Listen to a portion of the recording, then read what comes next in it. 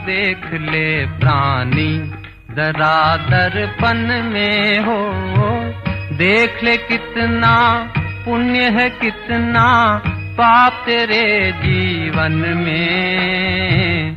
देख ले दर्पण में मुखड़ा देख ले प्राणी जरा दर्पण में।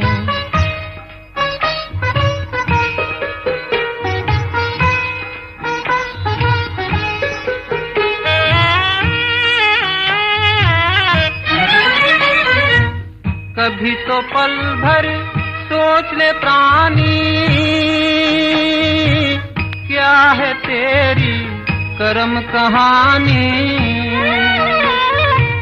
कभी तो पल भर सोच ले प्राणी क्या है तेरी कर्म कहानी। पता लगा ले पता लगा ले पड़े हैं कितने दाग तेरे दामन में। देख ले दर्पण में मुखड़ा देख ले प्राणी जरा दर्पण में।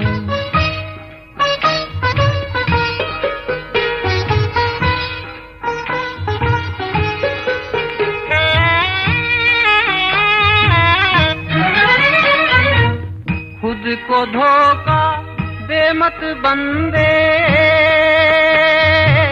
अच्छे न होते कपट के धंधे। खुद को धोखा दे मत बंदे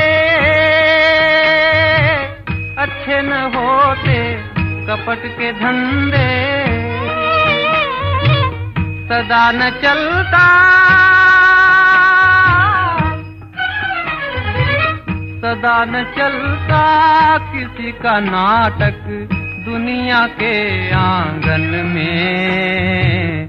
देख ले दर्पण में मुखड़ा देख ले प्राणी जरा दर्पण में हो।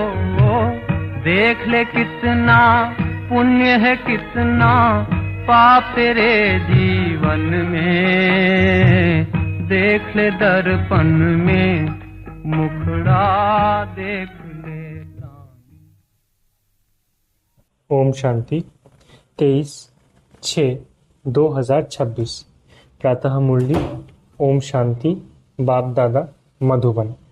बाबा आज कह रहे हैं, मीठे बच्चे तुम महान सौभाग्यशाली हो क्योंकि तुम्हें भगवान वो पढ़ाई पढ़ाते हैं जो अब तक किसी ऋषि मुनि ने भी नहीं पढ़ी। मीठे बच्चे तुम महान सौभाग्यशाली हो क्योंकि तुम्हें भगवान वो पढ़ाई पढ़ाते हैं जो अब तक किसी ऋषि मुनि ने भी नहीं पढ़ी। प्रश्न, ड्रामा की कौन सी भावी तुम बच्चे जानते हो? दुनिया के मनुष्य नहीं। उत्तर, तुम जानते हो इस रुद्र ज्ञान यज्ञ से विनाश ज्वाला प्रज्वलित हुई है। अब सारी पुरानी दुनिया इसमें स्वाहा हो जाएगी। ये भावी कोई टाल नहीं सकता। ये ऐसा अश्वमेध अविनाशी रुद्र यज्ञ है जिसमें सारी सामग्री स्वाहा होगी। फिर हम इस पतित दुनिया में नहीं आएंगे। इसे ईश्वर की भावी नहीं, ड्रामा की भावी कहेंगे। गीत मुखरा देख ले प्राणी। ओम शांति। तुम बच्चे भी मनुष्य हो। ये मनुष्यों की सृष्टि है। इस समय तुम ब्राह्मण धर्म के मनुष्य बने हो। बाप शिक्षा देते हैं आत्माओं को। आत्मा को अभी अपने स्वधर्म का पता है कि हम आत्मा इस शरीर को चलाने वाली है। आत्मा का ये रथ है। जैसे बाप इस रथ पर आकर सवार हुए हैं, तुम्हारी आत्मा भी इस रथ पर सवार है। सिर्फ आत्मा को ये ज्ञान भूल गया है कि हम आत्मा शांत स्वरूप है। हमारे रहने का स्थान ही मूल वतन है। ये शरीर हमको यहाँ मिलता है। ऐसे ऐसे अपने साथ बातें करनी है। बाप कहते हैं तुम आत्मा शांत स्वरूप हो। अगर तुम चाहो हम शांति में बैठे तो अपने को आत्मा समझ शांति धाम के निवासी समझो। थोड़ा समय शांति में बैठ सकते हैं। मनुष्य शांति ही मांगते हैं। मन की शांति चाहिए, ये आत्मा ने कहा। परंतु मनुष्य ये नहीं जानते कि मैं आत्मा हूँ, ये भूल गए हैं। एक कहानी भी है ना, रानी की गले में हार पड़ा था और ढूंढती थी बाहर। तो बाप भी समझाते हैं, शांति तो तुम्हारा स्वधर्म है। बच्चों ने समझा है, हम आत्मा शांत स्वरूप है। यहाँ आई है फाड़ बजानी। इन ऑर्गन से डिटैच हो जाते हैं तो आत्मा शांत है। आत्मा अपने स्वधर्म शांति में जितना चाहे बैठ सकती है। चाहो हम इस शरीर से काम न करें तो शांत में बैठ जाओ। ये है सच्ची शांति। इनको तुम ढूंढते नहीं, तुम्हारा स्वधर्म शांत है। अभी यहाँ पार्ट बजा रहे हैं। बाप द्वारा मालूम पड़ा है, हमने 84 जन्मों का पार्ट बजाया। इन 84 जन्मों के चक्र का कोई को पता नहीं, सिर्फ तुम बच्चे ही समझते हो। पहले हम सूर्यवंशी राजा व प्रजा थे, फिर चंद्रवंशी सो वैश्यवंशी सो शूद्रवंशी बने। अब फिर से हमको सूर्यवंशी बनना है। तुम बच्चे सृष्टि के आदि मध्यांत को जान गए हो। तुम कितने सौभाग्यशाली हो। बाप तो यथार्थ बात समझाते हैं। ये है ही सदगति मार्ग। ये समझाना है कि सर्व का सदगति दाता एक है। अभी जान गए हो, हमको बाबा आकर 21 जन्मों के लिए सदगति प्राप्त करा रहे हैं। बाहर वाले मनुष्य इन बातों को जानते ही नहीं। तुम ब्रह्मा कुमार कुमारियां ही जानते हो। कोई पूछते हैं तुम भी के क्या जानते हो। परीक्षा तो होनी चाहिए कि ब्राह्मण व ब्राह्मणी है व नहीं। अगर तुम ब्रह्मा के बच्चे हो तो सृष्टि के चक्र को जरूर जानते होंगे। बाप रचयिता को जानते हो। ऋषि मुनि आदि तो रचता और रचना को जानते ही नहीं, तो गोया नास्तिक ठहरे। तुम भी नास्तिक थे। तुम भी रचता बाप और रचना के आदि मध्यंत को नहीं जानते थे। स्कूल में पहले अनपढ़ ही आते हैं, फिर कहेंगे स्कूल में ये पढ़ा। अभी तुम हो ईश्वरीय पढ़ाई में। परम पिता परमात्मा तुमको पढ़ा रहे हैं। ये बुद्धि में समझना चाहिए। रचता तो एक शिव बाबा ही है। रुद्र ने ज्ञान यज्ञ रचा, ये शास्त्रों में भी है। अब रुद्र और शिव बाबा में फर्क तो कोई है नहीं। ये भी है कि रुद्र ज्ञान यज्ञ से विनाश ज्वाला निकली। सिर्फ रुद्र शिव की जगह श्री कृष्ण का नाम डाल दिया है वही गीता। कहते हैं इस ज्ञान यज्ञ से विनाश ज्वाला प्रज्वलित हुई, तो स्वराज्य के लिए ये ज्ञान यज्ञ है। इसमें पुरानी दुनिया स्वाहा होनी है। यज्ञ में सारी आहुति अर्थात सामग्री डालते हैं, सब स्वाहा कर देते हैं। तो इस रुद्र ज्ञान यज्ञ में सारी पुरानी दुनिया स्वाहा हो जाएगी। तुम अब राजयोग सीख रहे हो। इस पतित दुनिया में फिर आएंगे नहीं। ये दुनिया फिर खत्म हो जानी है। तुम जानते हो नेचुरल कैलामिटीज आदि सब होंगे। ये सारी नॉलेज तुम्हारी बुद्धि में बैठना चाहिए। शिव बाबा कहते हैं मेरी बुद्धि में ही सारा ज्ञान है। बाप सत है, चैतन्य है, ज्ञान का सागर है। सृष्टि के आदि मध्यांत को जानते हैं। ऋषि मुनि तो कहते हैं हम रचता और रचना को नहीं जानते। तुमसे कोई पूछेंगे तुमको क्या मिलता है, बोलो जिसको बड़े बड़े ऋषि मुनि आदि कहते थे कि हम रचता और रचना के आदि मध्य अंत को नहीं जानते हैं, सो हम जानते हैं। रचता बाप के सिवाय रचना के आदि मध्य अंत का राज कोई समझा नहीं सकता। रचता ही समझाएंगे। तुमको मालूम है मक्खियों की भी रानी होती है।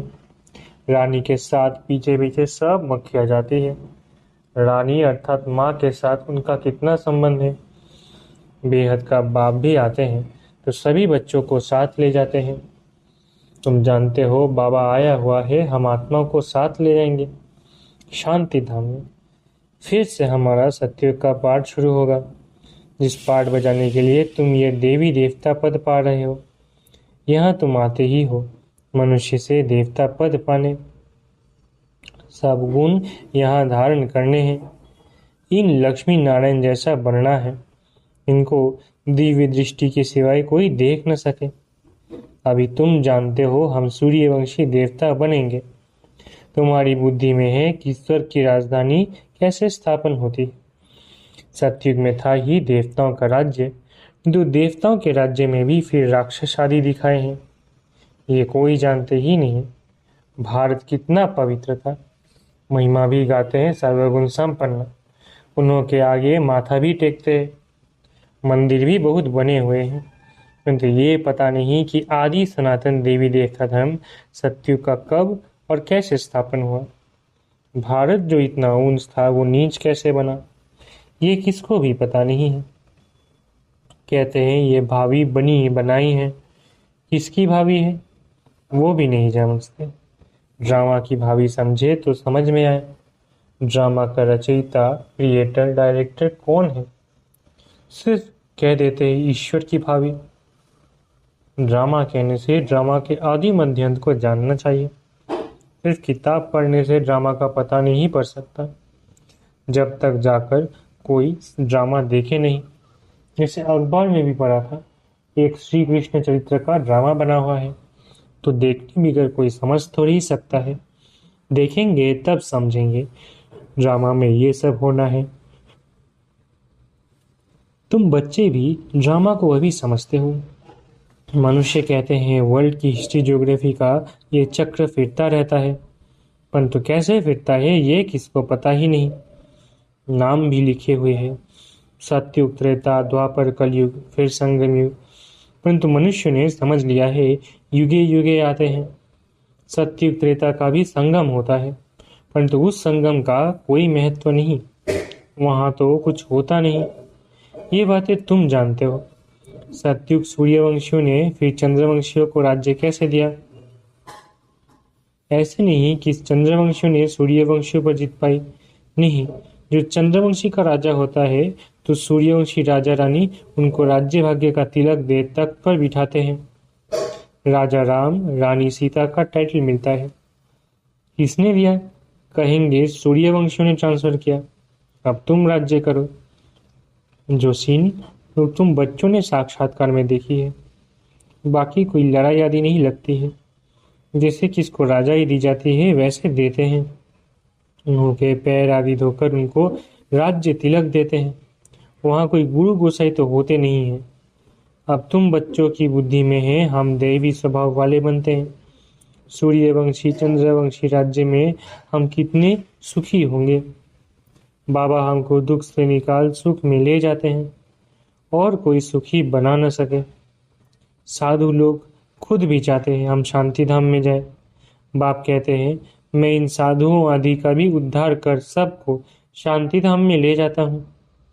सन्यासी तो आते ही द्वापर में है। स्वर्ग में हम देवता ही रहते हैं, वहाँ भी सेक्शन अलग अलग है। सूर्यवंशियों का अलग, चंद्रवंशियों का अलग, फिर बाद में इस्लामी, बौद्धि, सन्यासी आदि जो भी आते हैं सबका सेक्शन अलग अलग बना हुआ है। जब हम राज्य करते थे तो दूसरा कोई था नहीं। मूल वतन में भी ऐसी माला नंबरवार बनी हुई है।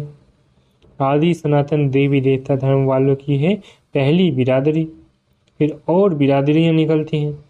ये बिरादरी है बड़े ते बड़ी, और दूसरे जो धर्म स्थापक आते हैं सब उनसे निकले हुए हैं।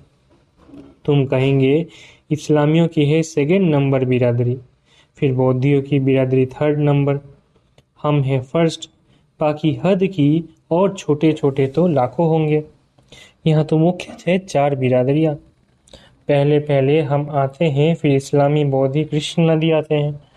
अभी हम नीचे गिर गए हैं, हमको ही 84 जन्म ले पार्ट बजाना पड़ता है। जो अभी लास्ट में है वही फिर फर्स्ट में होंगे। देवी देवताएं अब पतित होने के कारण अपने को देवी देवता कहला नहीं सकते। देवताओं को तो पूजते हैं, इससे सिद्ध है उन्हों के बिरादरी के हैं। सिख लोग गुरु नानक को मानते हैं, उनकी बिरादरी के हैं। सतयुग में पहला नंबर हमारी बिरादरी है, उनसे ऊंच बिरादरी कोई होती नहीं। हम ऊंच ते ऊंच बिरादरी वाले हैं, हम सबसे जास्ती सुख भोगते हैं, फिर वही कंगाल बनते हैं। सबसे जास्ती दुखी ये है, कर्जा भी ये लेते रहते हैं।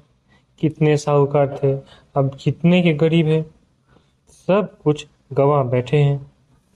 ये है ही दुख धाम। अब बाप फिर तुमको सुख धाम का मालिक बनाते हैं। बाकी तो सब चले जाएंगे शांति धाम। आधा कल्प तुम सुख भोगते हो, बाकी सब शांति में रहते हैं। चाहते भी है हम मुक्ति में जाए। सुख को काग विष्ठा समान समझते हैं। उनको सुखधाम का अनुभव ही नहीं है। तुमको अनुभव है, महिमा भी गाते हैं, परंतु पतित होने के कारण भूल गए हैं। अब बाप याद दिलाते हैं, हे भारतवासी, तुम देवी देवता धर्म के हो। द्वापर से नाम बदली कर दिया है। देवता धर्म वाले ही पतित बन गए हैं। गाते भी रहते हैं, हे पतित पावन आओ। बाप ने बताया, तुम कितने जन्म पावन दुनिया में थे, कितने जन्म पतित दुनिया में हैं। अब फिर पावन दुनिया में जाना है। ये पाठशालाओं की पाठशाला है, यज्ञों का यज्ञ है। सारी पुरानी दुनिया इसमें खत्म होनी है। होली का जलाते हैं। ये सब पर्व अभी के हैं। आत्मा चली जाएगी, बाकी शरीर खत्म हो जाता है। ये नॉलेज कोई सन्यासी आदि दे न सके। गीता में भी कुछ है, परंतु आटे में नमक मिसल ज्ञान प्राय लोप हो जाता है। शिव बाबा कहते हैं, हमने ये यज्ञ रचा है, इनमें तन मन धन सब स्वाहा करते हो, जीते जी मरते हो।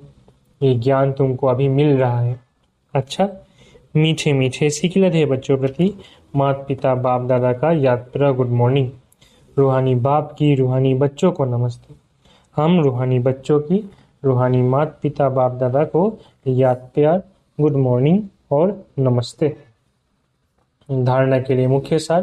पहला, सुखधाम में जाने के लिए अपना दैवी स्वभाव बनाना है। ड्रामा के आदि मध्य अंत के राज को बुद्धि में रख हर्षित रहना है। सबको यही राज समझाना है। दूसरा, स्वराज्य के लिए इस बेहद यज्ञ में जीते जी अपना तन मन धन स्वाहा करना है। सब कुछ नई दुनिया के लिए ट्रांसफर कर लेना है। वरदान, अपने मस्तक द्वारा तीसरे नेत्र का साक्षात्कार कराने वाले सच्चे योगी भव। अपने मस्तक द्वारा तीसरे नेत्र का साक्षात्कार कराने वाले सच्चे योगी भव। यादगार में योगी के मस्तक पर तीसरा नेत्र दिखाते हैं। आप सच्चे योगी बच्चे भी अपने मस्तक द्वारा तीसरे नेत्र का साक्षात्कार कराने के लिए सदा बुद्धि द्वारा एक बाप के संग में रहो। एक बाप दूसरे हम, तीसरा न कोई। जब ऐसी स्थिति होगी तब तीसरे नेत्र का साक्षात्कार होगा। अगर बुद्धि में कोई तीसरा आ गया तो फिर तीसरा नेत्र बंद हो जाएगा। इसीलिए सदैव तीसरा नेत्र खुला रहे। इसके लिए याद रखना कि तीसरा न कोई। स्लोगन, प्रश्नचित बनना अर्थात परेशान होना और परेशान करना। स्लोगन, प्रश्नचित बनना अर्थात परेशान होना और परेशान करना। अव्यक्तिशारे, सदा हर्षित रहने के लिए अपनी नेचर को सरल बनाओ, सहनशील बनो। जो जैसे कर्म करता है वैसा उनका नाम भी पड़ता है। कर्म यदि श्रेष्ठ है तो नाम पड़ेगा श्रेष्ठ मणि। श्रेष्ठ मणि बनने के लिए मन वाणी कर्म में सरलता और सहनशीलता, ये दोनों गुण आवश्यक है। अगर सरलता है सहनशीलता नहीं तो भी श्रेष्ठ नहीं। इसलिए सरलता और सहनशीलता दोनों साथ साथ चाहिए। अच्छा, ओम शांति। शुक्रिया बाबा।